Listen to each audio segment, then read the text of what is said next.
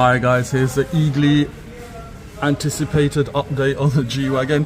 For those of you who think you can buy this kit online from Alibaba and then install it yourself, yeah, maybe you want to think twice. When I tell you this is a huge amount of work, this is a huge amount of work. You can also see all of the parts of the vehicle that have to be removed professionally. You know, these bits, it doesn't matter if it's a G-Wagon, you have to be careful. Everything has to be removed. Plus all of the old parts kept, because these might be on offer at some point for someone who's looking for an external and internal kit for a near new perfect G-Wagon. Stepping on the inside, as you can see, car thankfully in fantastic condition. Even relocated the handbrake, which has now become a foot brake.